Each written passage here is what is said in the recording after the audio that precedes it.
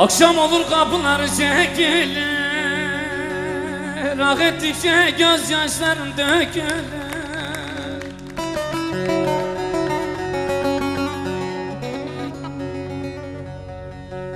Babasız yavrun neyden boynu bükülür, lele bükülür.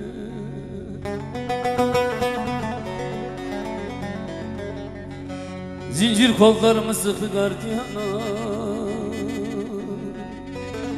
zalimsin gardiyana.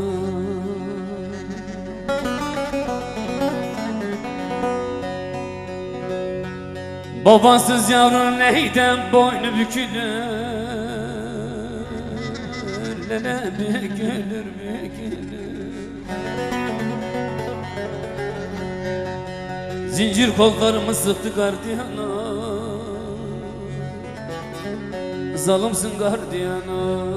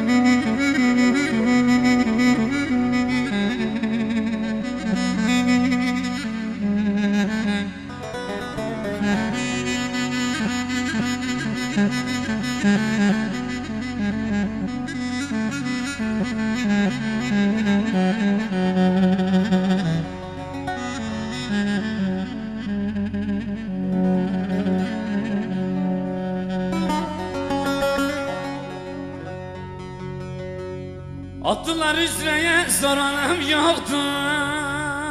Düşenin dünyada faydası yoktur.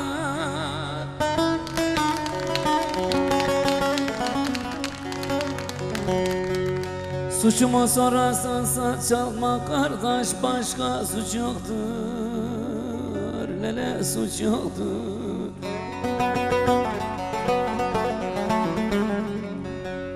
Kollarıma zincir vurman olur gardiyana,